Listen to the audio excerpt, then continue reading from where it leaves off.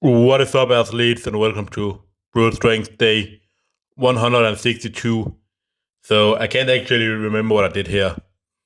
Oh well, I can, but numbers exactly and stuff.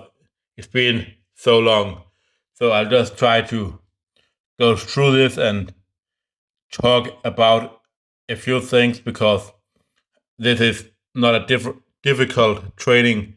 It's the first week of a new block, and I'm just starting out really light.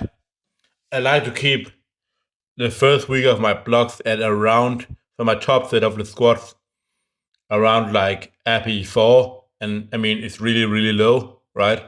And then I jump down 13% for my back off sets where I do 2 more reps per set.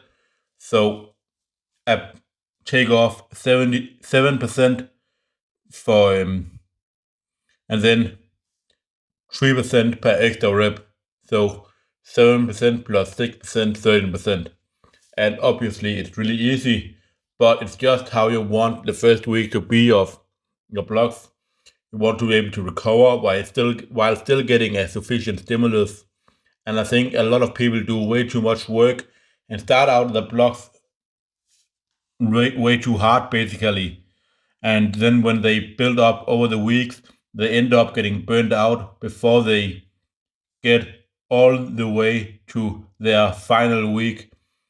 And a lot of people would be much better off just looking to hit the minimal effective dose when starting out in a new block, just doing the least they can do while not getting worse.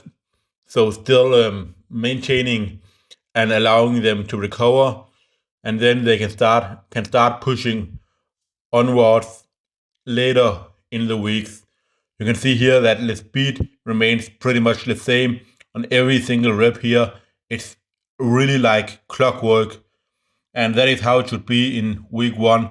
It shouldn't be much straining at all. You should be able to see that the technique is staying really intact on basically all the time. Now, the thing that I'm focusing on here in my squat is things like staying like central, pushing with both legs at the same time. So I'm recording here from the back to make sure there's no shifting. And what I'm also trying to is keeping the elbows back and down all the time.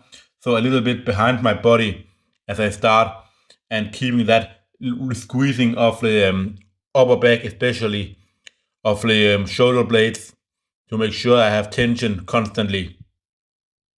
Now here then I did what did I do? I did 5 sets of 5 with 100 kilos here in the bench press, Larsen press actually, and that was really light, I have to say.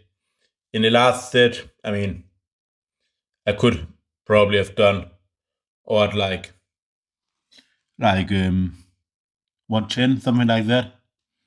I mean, 10 reps with 100 kilo in the fifth set.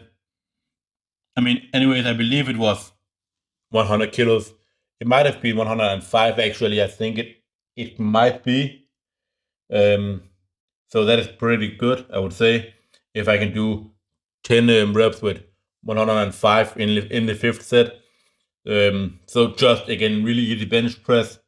As I've said, I really like rearranged how I work on my bench press back to what I have found been working with my front squat, for example, where I just did easy PRs, and sometimes I would go a little bit harder, but most of the time I would allow myself to really feel good going into trainings and stay with low fatigue, and just be able to hit easy PRs, and that way build momentum, and most importantly, believe in my own capabilities.